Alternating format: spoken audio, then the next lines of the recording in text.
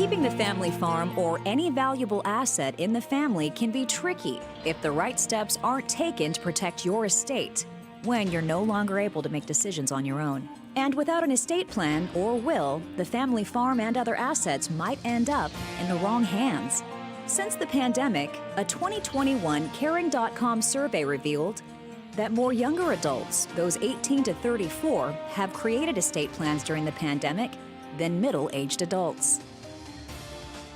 Good evening, and welcome to this month's edition of Rural America Live with AARP. I'm Christina Loren. We also welcome our listeners joining us on Rural Radio, Sirius XM, Channel 147. For many, the pandemic has heightened the urgency and awareness of getting our final affairs in order. Tonight, we'll talk about why it's so important to have an estate plan in place and why it's not as difficult as you might think it is. Joining us are friends from AARP and Certified Financial Planner Michael Wallen. They're here to tackle your estate planning questions and offer tips to help protect your hard-earned assets. But first, you're a big part of our show tonight. And our question of the month is, have you created an estate plan and will? And if not, why? And we're giving away Yeti coolers tonight to 5 lucky on-air callers. If you are caller number 2, 4, 6, 8, or 10, you will be a winner tonight. Our phone lines are open. Give us a call at 877-283-7570 and join the conversation. You don't need to be a member of AARP or over the age of 50 to win. And as a friendly reminder, you can only win one time each calendar year. Now, if you are a winner tonight, AARP will call you back in the next few days to confirm your address. And if you're a past winner and you haven't received your cooler yet, be sure to return their call and provide your shipping address. Yeti coolers. They're super durable and they can keep ice for 5 to 7 days. And we are giving away 5 tonight. Again, that number is 877-283-7570. And joining us tonight, Sean Voskuhl, AARP Oklahoma State Director, and our special guest, Certified Financial Planner, Michael Wallen. Great to have you both back on the show. Michael, let's start with you. And the basics of estate planning. What would you say a good estate plan looks like?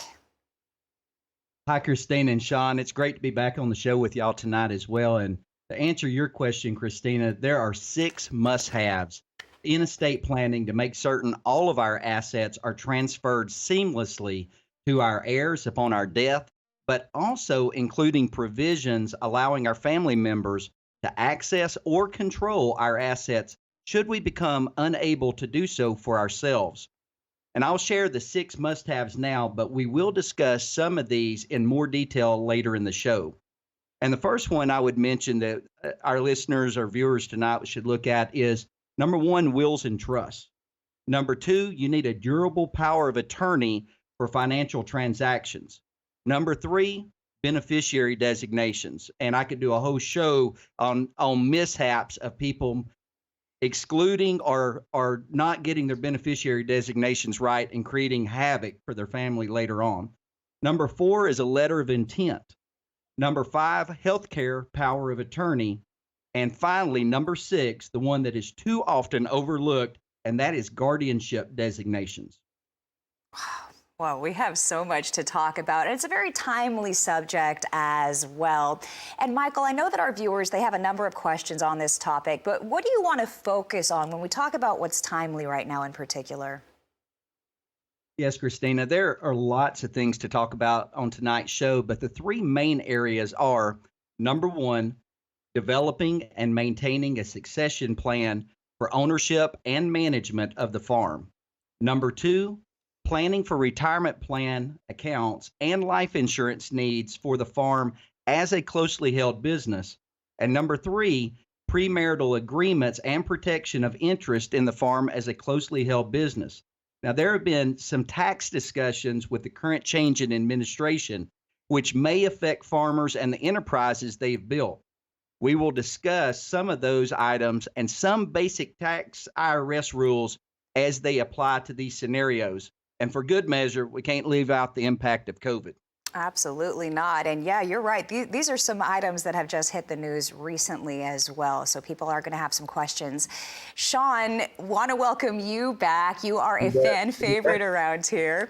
Talk about estate planning and wills that are directly related to death. It's not something that everybody wants to talk about or think about, nonetheless plan for, but it is important. And the pandemic has really driven that point home. What was revealed from the caring.com survey that we mentioned earlier in the show? Well, I think it's important. I think the pandemics, a lot of folks are thinking about their own mortality and for that survivorship. So there's been some interesting, shifts in thinking about that. But what some of the top four reasons that people have not gotten a will so far has been they just haven't got around to it. 34%, 28%. They don't feel like they have enough assets. They think a will maybe is for folks with a lot of wealth, but that's far from the truth. And 7.6%. They just don't know how, and 5.6% thinks it's too expensive. So tonight we'll talk about all these myths and try to debunk those. We know Michael will be able to give a lot of those resources and tips along the plan. So you really do have enough assets to create a will. So we want to get that myth debunked really quickly. Absolutely. Now, Michael, you've been in this business a long time.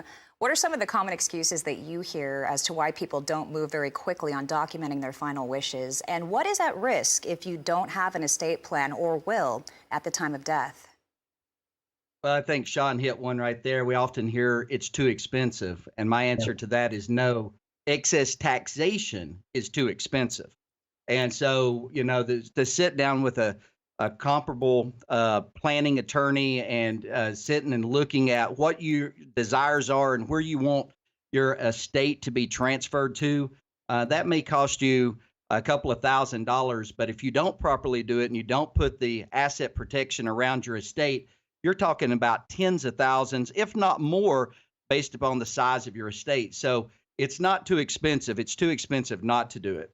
The next one is it's too much effort to get the plan established, and that just comes down to procrastination. And the answer to that, again, is no. And how much effort would you give to make sure that your loved ones are provided for and cared for if you became incapacitated or ultimately died? And then, I also hear a lot of times people come in and say, well, it's just too hard to make those decisions. And the answer to that is no. Are you really wanting to leave that decision to the state to make that important of a decision on what happens to your possessions and your financial resources as it pertains to who is going to receive it? How is it going to be distributed? Isn't that something you would want to lay out in your own words and have protected and not leave that big of a decision to the state to make? It's hard enough going through the grieving process, but that can make an already tough situation even harder. I want to give out the number tonight because we're already getting a lot of calls and we know that you have questions. We want to make sure we get to yours. You might just win a Yeti cooler as well. 877-283-7570. We're going to go to the phones in just a little bit, but Sean, the last thing that we want to do, just like we were talking about with Michael, is leave a complicated legal and financial process for our family members to deal with. But having a clearly written will is one way to make the probate process easier on your loved ones. But there are some family dynamics that might need a little bit of extra care. Tell us about that. Yeah, who would have thought that? We think everyone gets along, but we know we've got another graphic, and I know Michael has probably seen a lot of these events and situations happen. So here are 4 signs that your family will fight over your estate. Number 1, if there is a sibling rivalry. Number 2, if there is economic disparity among the beneficiaries. Number 3, maybe someone gets remarried. Or number 4, you advance some of your money to one heir and not the other. So these are 4 probably good reasons why there could be trouble with the estate plan. Families have dynamics. We all know that. There's no family out there that doesn't have some family issues to deal with. But you know what? Picking the right executor is a really important path to clarity. Michael, talk about how you pick the right executor. What qualities are you looking for? Well, one is that there is actually a desire to be able to carry out the wishes as it is laid out in the trust document, if you're the executor of the trust or if you're the executor of the will, and actually be responsible and accountable As Sean just mentioned, sibling rivalry, that also oftentimes comes into play. And when you're having that and you're having to pick one person to make that decision, oftentimes they get a little bit concerned over, who is going to make that decision, and finding that family member that's willing to step up and be fair and equitable to everybody and carry out those wishes. I think that's the most important aspect. And then also making sure that you have also contingency plans in there, just in case you may outlive your executor or may have a simultaneous accident with the executor. You want to make sure that you have contingency plans built into that will and trust as well. So that clear language we were talking about is critical. Okay, we have so much to unpack tonight. We're just getting started. We're going to pause for a quick break, but when we come back, it's time for your phone calls. We're taking your questions, and we have Yeti coolers to give away. AARP has brought 5 with them tonight. You could be a winner. 877-283-7570.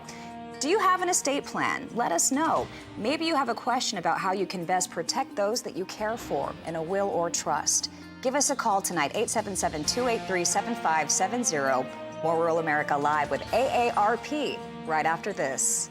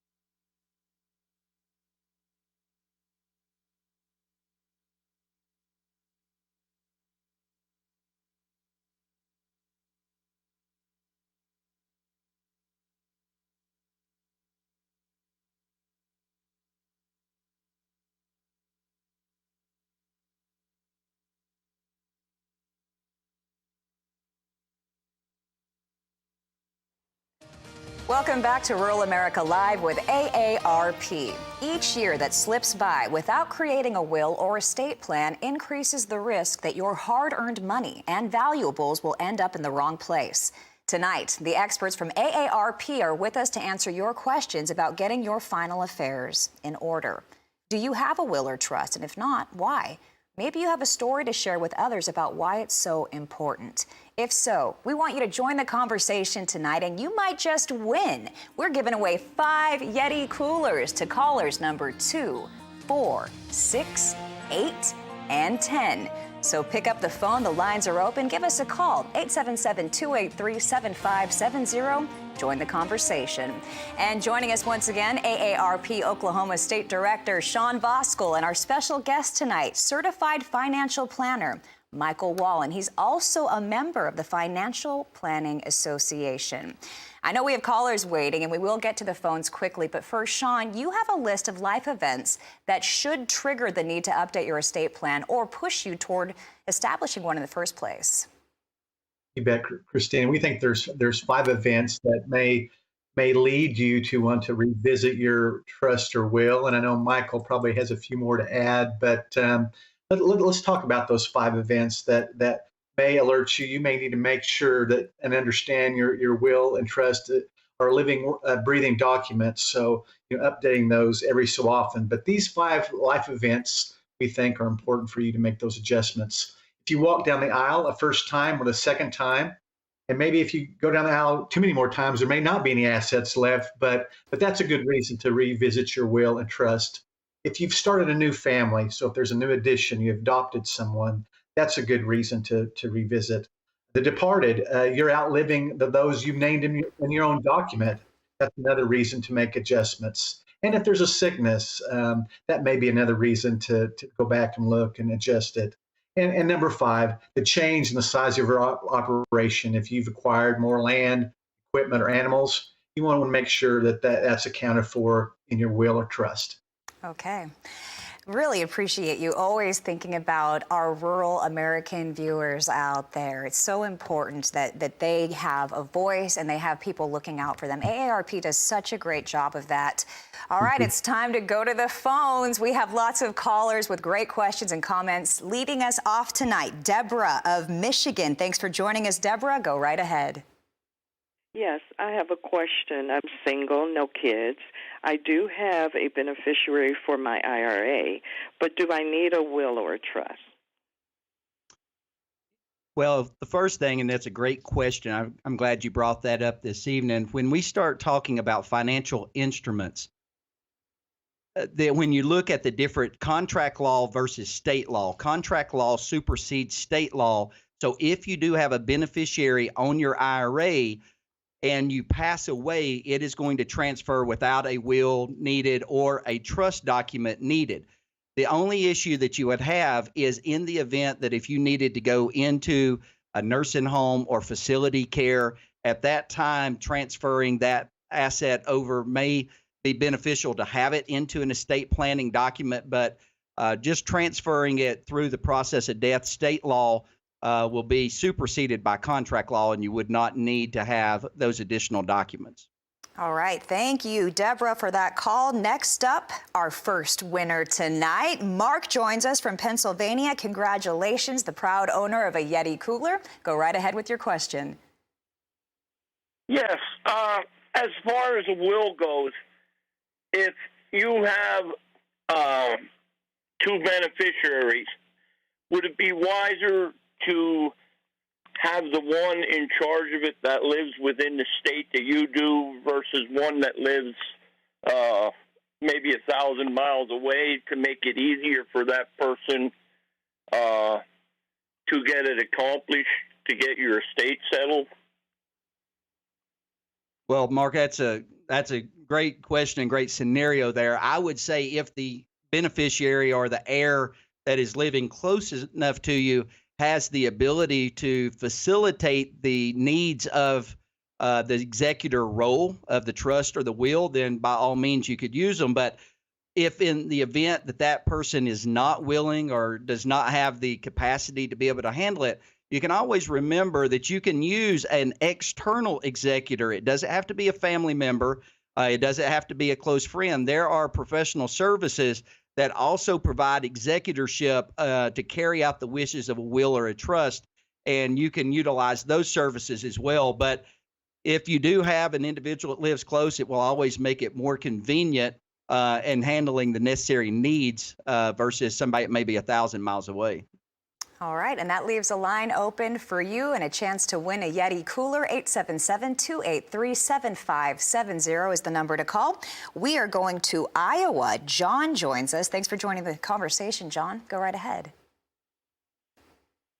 So my question was in reference to a single individual that has a century farm in Iowa that has no children, et cetera. Is there any suggestion on an estate plan or thoughts on a contingent plan if there's no close family members to pass that century farm operation on to? That's a great question as well. Well, we're getting some great questions tonight, Christina. What I would say is if you're looking at that, John, and you're single, you don't have anybody to transfer it to, I would look at other farms in the area and find out if they have a desire. It's a closely held business. Is it a desire that to transfer that property through a buy-sell agreement to another farmer in the area? And if not, that also gives you opportunities at charitable planning that you can do. So you can transfer the ownership of the property now, get tax deductions, and then ultimately that property transfers to a charity in the future. But you can also take the benefits of tax deductions today of the fair market value of it. So those are things to look at it. But I would recommend on any of these scenarios to sit down with an attorney that is in your area that specializes in business ownership, mostly closely held businesses such as a farm, and have discussions with them on how to properly set that up to either sell it or to transfer it through charitable giving. Wow, and you can take the tax deductions early in some cases. Wow, that's amazing. That just perked up a few ears out there, I think. And, getting to pick the cause of your choice as well to help out with, that's a beautiful, beautiful way to think about it. All right. This is a tough topic. Let's admit it is a tough topic. It's a little easier, though, when we're giving out Yeti coolers. And so we are going to give one away. Greg from Alabama is our next winner. Thanks for joining the conversation, Greg. Go right ahead. Yes. My question is, how much does a will cost, and how often do you need to update it?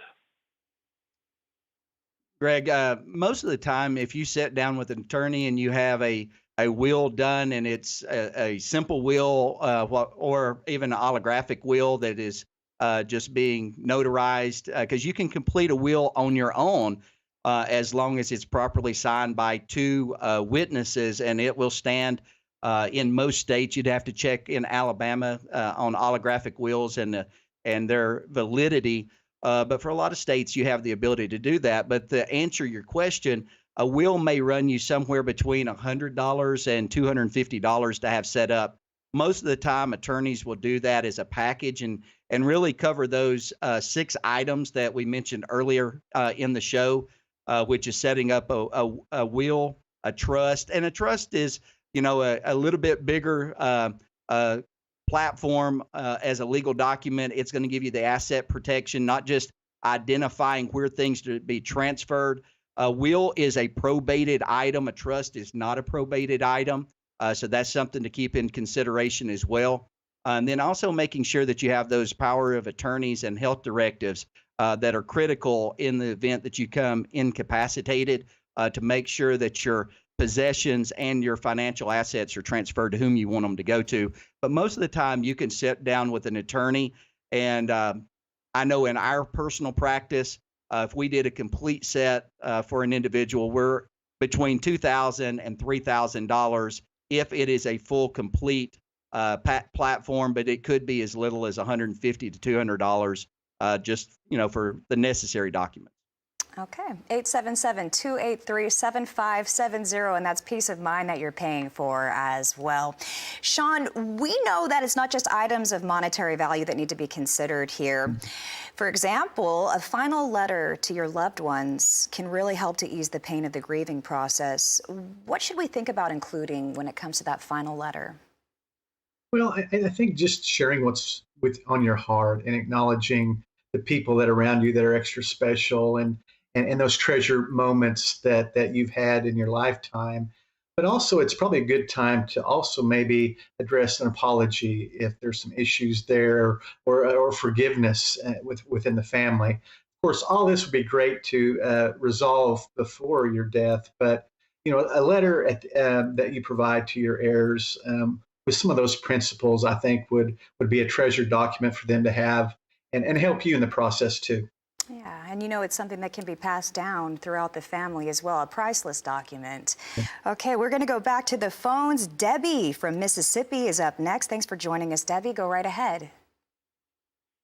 Yes, my question was that I've been told that you can do what you call a poor man will, where you go and write your will out yourself and have somebody to witness with you, and then you can seal that will and mail it back to yourself and put it in a safe deposit box, and that's legal.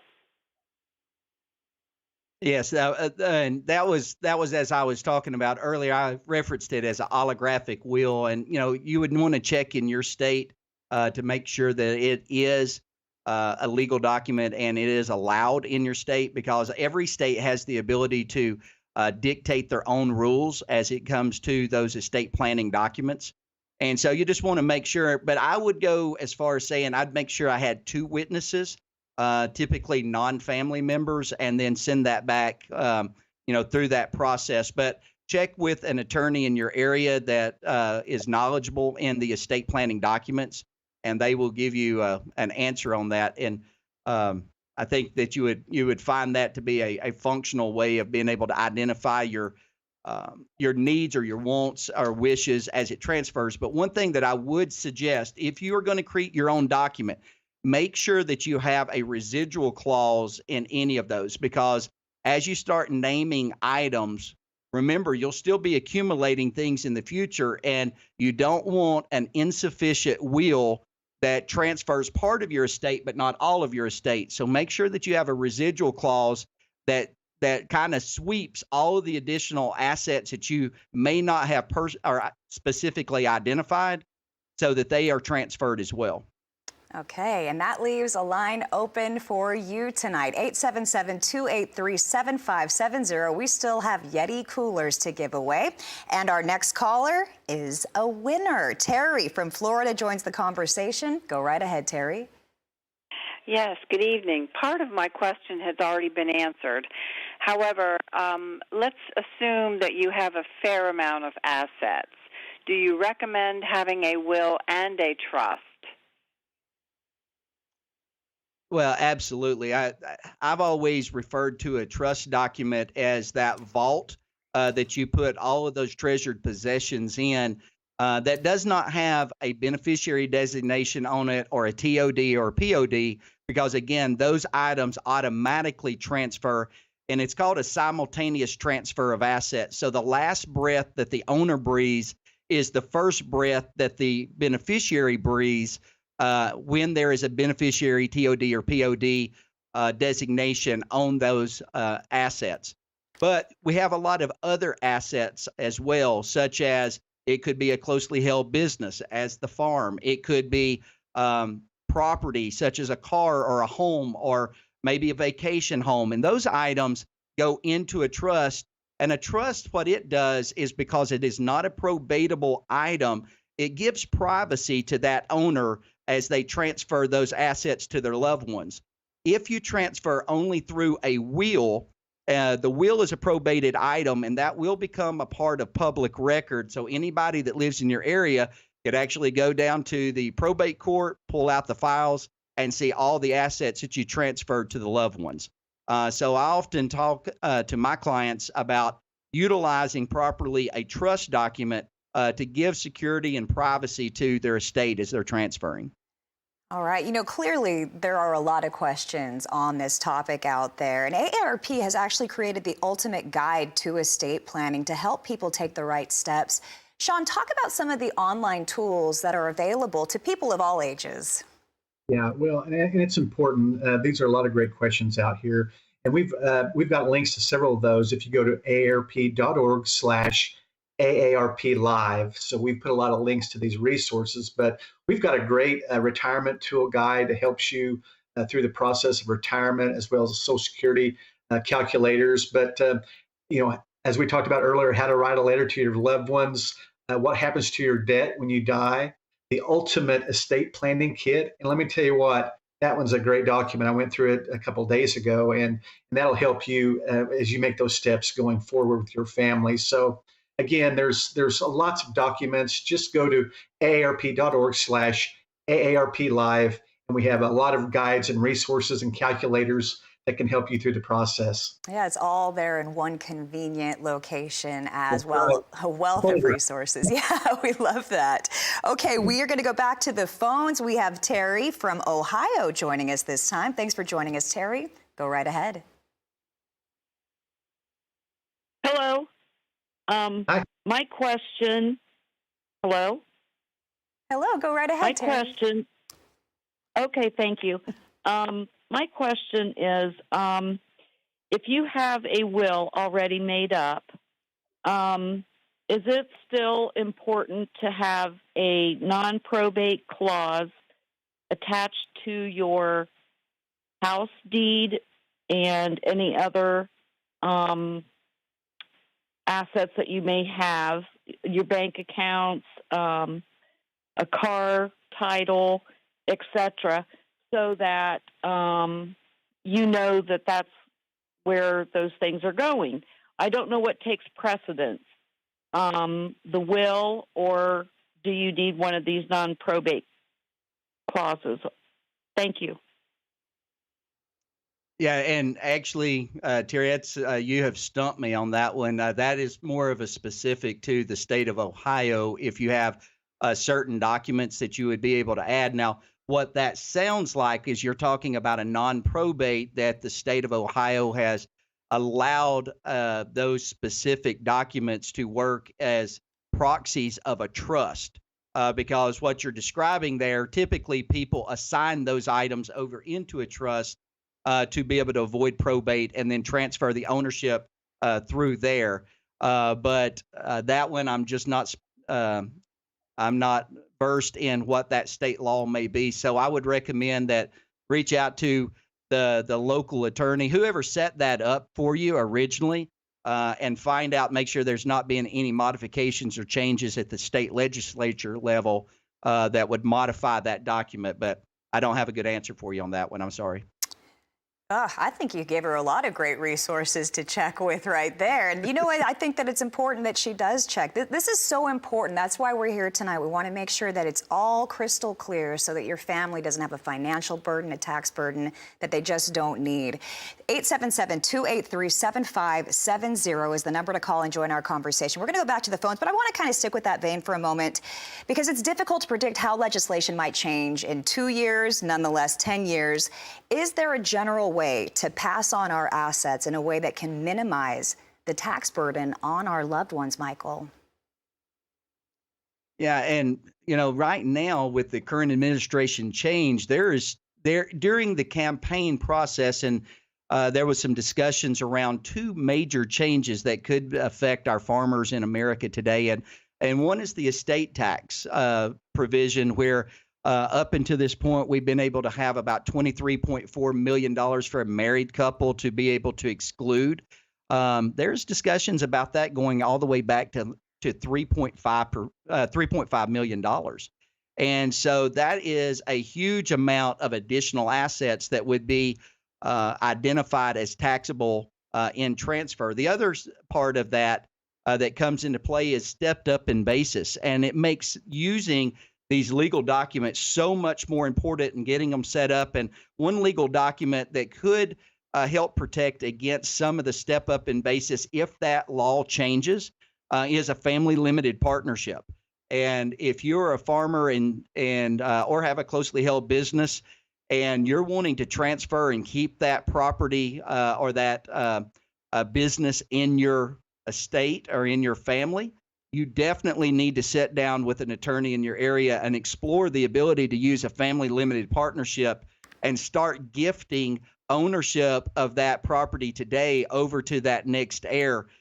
Because in the future, if we don't get a step up in basis, and just for our viewers tonight, what that means is, let's say that you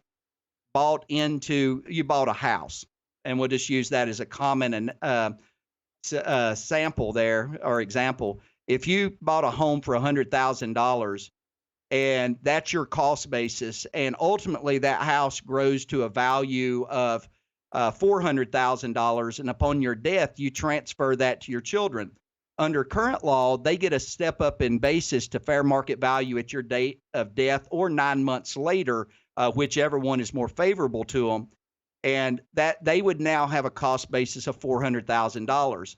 If this new law passes that eliminates the step up in basis, when you transfer that home in this example to those children or to your heirs, they would have a capital gains taxation of $300,000 that would have to be paid. And that will be a burden strapped onto the heirs that they may not be able to handle. They may not be able to pay those taxes, and in essence would force them to have to sell that property. And if you magnify that, Christina and Sean, to the next level, imagine this being a farm and you start adding zeros to the end of those numbers that I just shared. It's a burden that would be unprecedented in transferring and even keeping farmland available and not being sold off to developers that would have ideally a goal of building homes on them. Yeah, you know, this is going to become a bigger topic. We're already talking about it on our news every single day. It's a big topic for small family farms in particular. So I'm glad that you brought that up tonight. We're going to go. Let me ask Michael, I mean, do you see a value in folks converting their farm and ranch to an LLC? Would that help with some of these concerns? Yeah, family limited partnership is a limited liability structure. And so what that does is you would have a general partner and then you would have minor partners in there. And what happens is they have the ability to gift ownership throughout the years over to that individual. But as the general ownership, you still are in control. Even if you're only owning 1%, you're still in control. But over your lifetime, you have gifted ownership of that property to the next generation. And again, I would sit down with an attorney and explore that. I'm not making that as a recommendation to all the viewers on the show tonight, but it gives reason to sit down and have those discussions with an attorney in your area that's well-versed in putting these asset protection tools in place, and do it now. Do not procrastinate, because there will become a day in the future when you won't have the opportunity to do those, and you want to do it sooner than later and get them in place and start executing them. Yep, and you are your own best advocate as well, so you got to look out for yourself here in many ways. Okay, we are going to pause for a quick break. We still have Yeti coolers to give away, though. 877-283-7570. We have 2 more to give away. What questions do you have about estate planning tonight?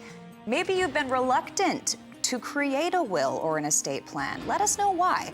877-283-7570 is the number to call. More Rural America Live with AARP right after this.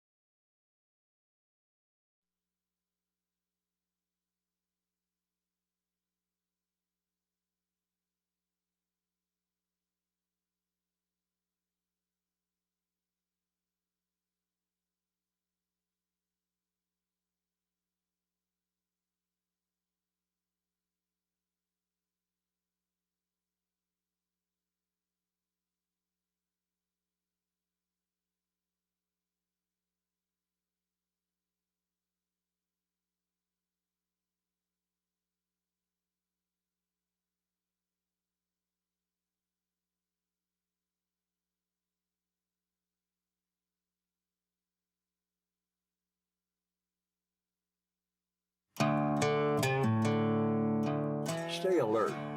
Watch for all the financial scams going on in this challenging time. Don't deal with anybody.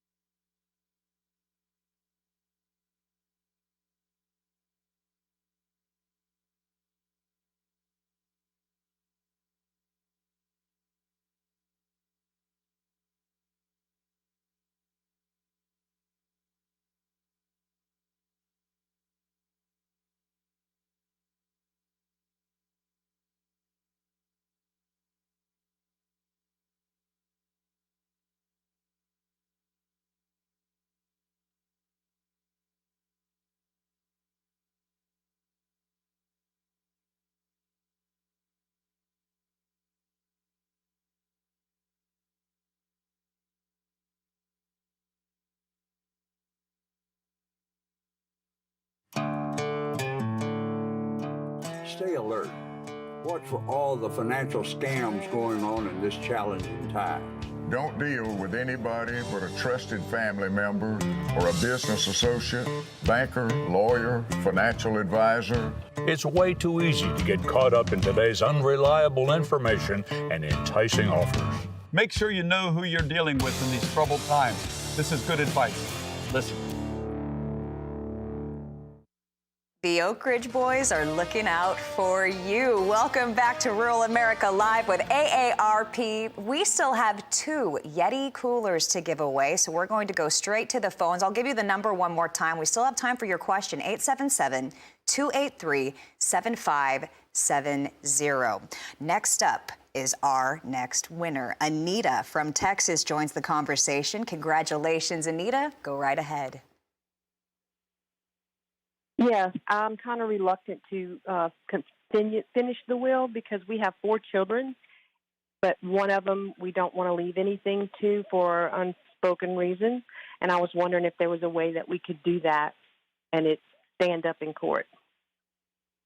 Oh, absolutely. It is your wishes. And many times that individuals that are heirs are omitted.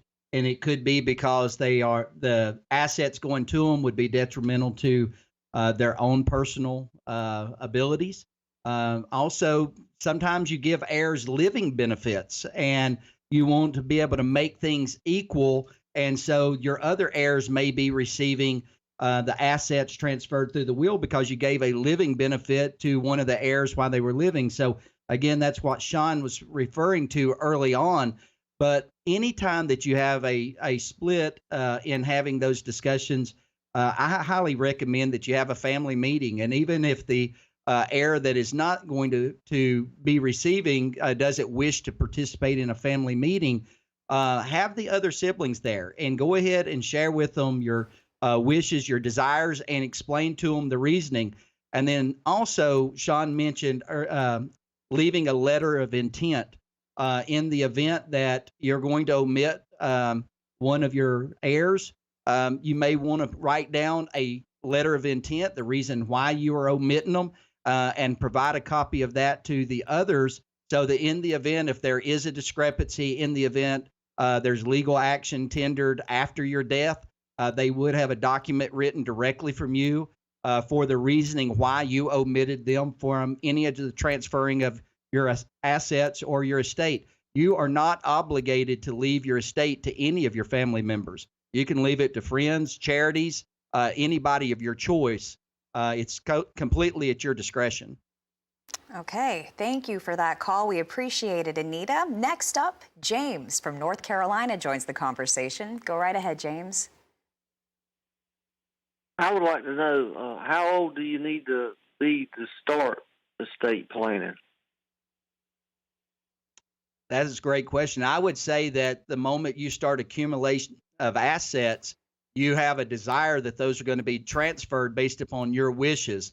And if you fail to create legal documents for the estate planning, just know you have left that full responsibility and permissions to the state for them to dictate how your estate is transferred. So I think once a person becomes of legal age, and there's individuals that even before that, even as minors, have created businesses, and they may have a desire. I see a lot of people today on like YouTube that are these YouTube sensations, and they have created large amounts of wealth, and they've accumulated a lot of toys and property. Well, they would also need estate planning to transfer their estates. And every year in the financial planning world, we get a listing of all of the successful, wealthy individuals in our country that have failed to execute those legal documents and have left their family in the lurches, because many times when that estate has to go through probate,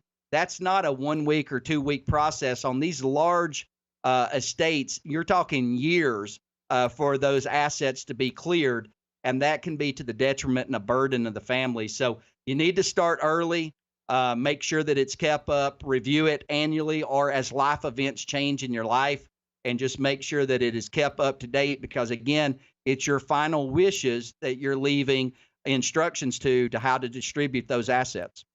Excellent. 877-283-7570 is the number to call. We still have one more Yeti cooler to give away. It could be yours. But Sean, I wanted to ask you, I know you're a family man. You care very, very much about your family. When it comes to you making these big decisions for those that you care about, how important is it to you to know that they're going to be looked after if anything ever happens to you?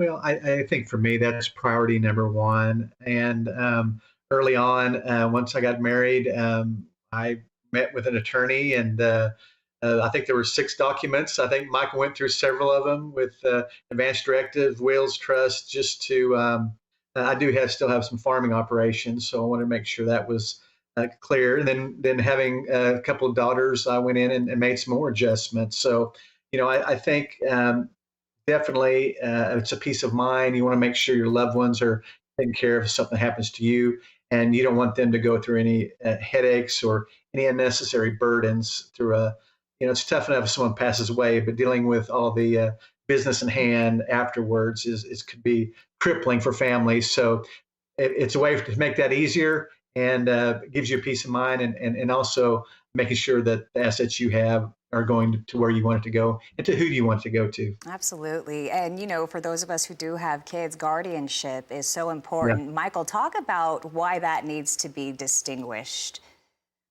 Oh, absolutely. I can give you a little bit of an example on this. Many times individuals have minor children, and you're not going to be transferring your property to minor children. It's going to be left inside of the probate court. They're going to ask the guardian, or not the guardian, but the executor or the guardian ad litem if that individual happens to die without proper legal documents. The probate judge is going to come in and ask that property to be held until those individuals turn of age 18.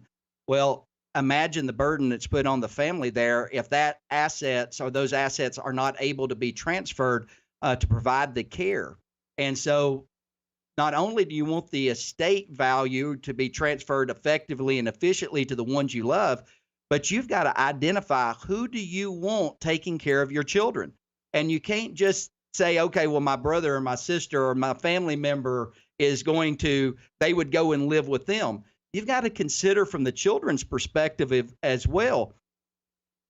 Are the children desiring to go live in those homes? And as an example, a special needs child, all of a sudden, if a person has a loved one that's special needs, and you think you're just going to leave that process of them going to live with one of your siblings, well, what if in that household that sibling has 3 or 4 dogs or maybe young children?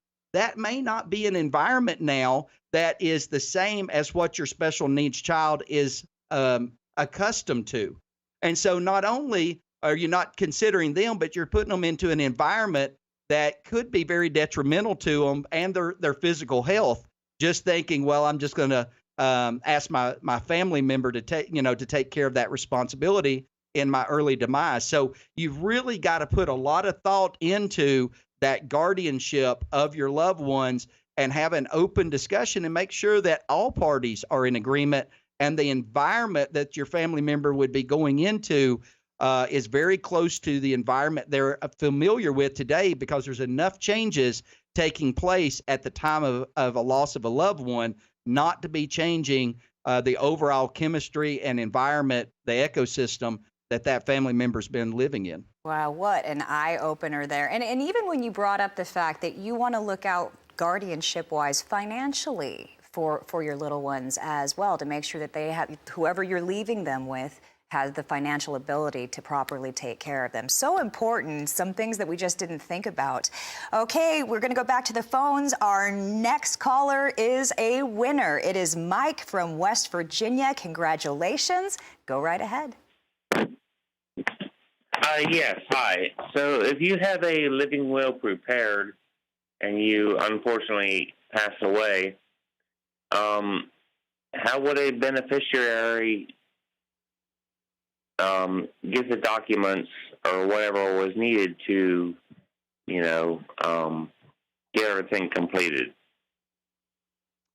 Well, one thing is whoever you list in that living will, you need to provide them with a copy, but you also want to make sure that that the attorney that provided it has a copy as well, just in case they lose it, and give them instructions in the event that upon your passing, that they should always reach back out to who your attorney is and make sure that the copy they have is the latest version of the will that you have provided or prepared. All right. Thank you so much for that call. Next up, it's Roy in Florida joining us. Thanks for joining us, Roy. Go right ahead. Thank you. Recently married. How soon would I need to update my current will? Well, let me ask you this, Roy. Has the ink dried on the marriage certificate yet? Because that's about the simultaneous time that you need to be updating not only your will, your trust, those items to make sure that your new spouse included. But one thing that we talked about also was beneficiary designations, and this is often overlooked. If you ever worked at a place that had a pension or a 401k or that type of retirement plan, make sure you go back and you look at all of those beneficiary designations. There are horror stories of where individuals have remarried later in life, maybe had been married for a number of years and then remarried, but they never went back on their pensions, never went back on any of their retirement plans and updated those beneficiary designations. And Roy, guess what? Upon their death, they disinherited their new spouse because all of those assets that were identified early on to the previous spouse, that's who's going to get those resources. So whoever is listed as a beneficiary is the one that those assets are going to transfer to. So make sure your beneficiary designations are up to date. Make sure your will is updated, your trust is updated as soon as you can after getting married.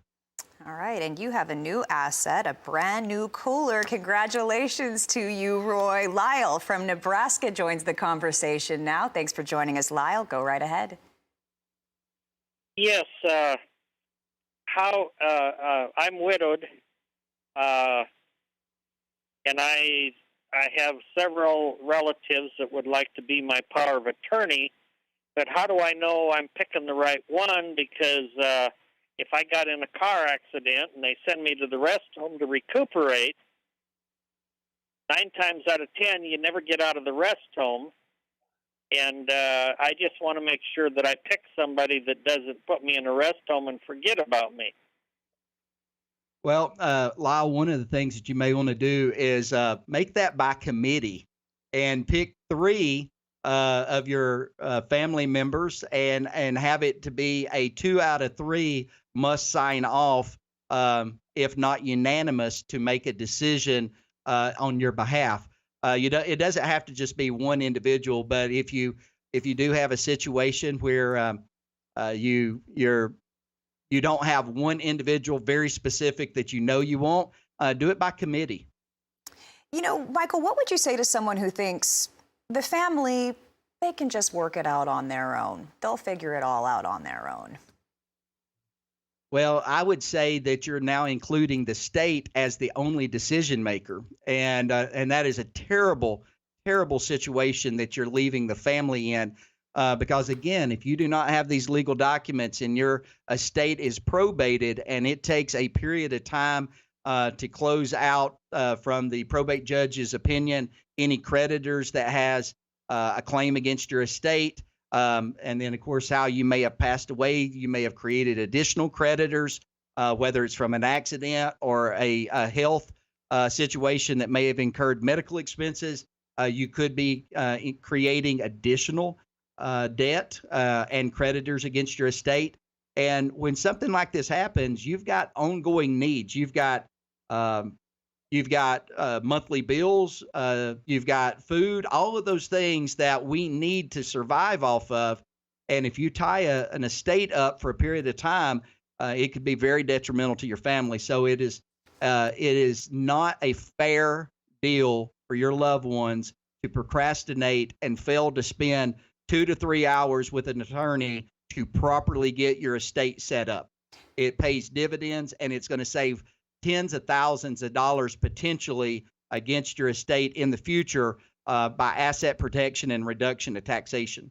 I don't think there's anybody out there watching us tonight that would have to choose between the state getting everything or their family. I mean, it's an easy choice. Okay, we only have a few moments left. What a great show tonight. Do you have any final thoughts for our viewers? Sean, let's start with you.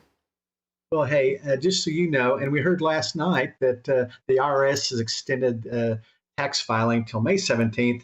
I'm not sure if your state's going to follow suit or not, but AARP has a free volunteer-ran tax aid program for tax preparation services for anyone. It's free. It's a little different this year. You have to make an appointment, and so there's different phases on how you do that. But again, we're kind of in the last month of tax filing, so they may be extremely busy, but try our tax aid sites, and they'll help you with your tax preparation, and they do a great job. Okay, and then Michael, on the vein of tax breaks, we're talking about the stimulus checks. People are filing right now. We know it's been extended to May 17th. What do we need to know when it comes to looking at our 2019 returns, 2020 returns? What do we do when it comes to the stimulus? What's the best move? Well, I think as you sit down with your CPA, make a decision of whether you need to go ahead and file today, or do you want to do an extension? Because part of that, when you're looking at what is your income going to be in 2019 versus 2020, if 2019 happened to be a lower income year for you, then of course you would want to use it because it may provide you qualification for the stimulus checks that are going out. But if you made more in 2020 and you happen to file early, they may use your 2020 income and it may exclude you from receiving a stimulus check. So as you sit down with your CPA or your enrolled agent and you're doing your tax preparation, take a look at which one would be more favorable for you and make a decision of whether you want to file now or file in the future. All right, so important to think about all these things. Such a timely conversation tonight. Grateful to both of you for joining us. That about does it for us tonight, but I want to remind you, April 15th, we are going to come back and share the latest frauds and scams that are making their way across the country. I want to remind you of those resources that are available to you at aarp.org/AARP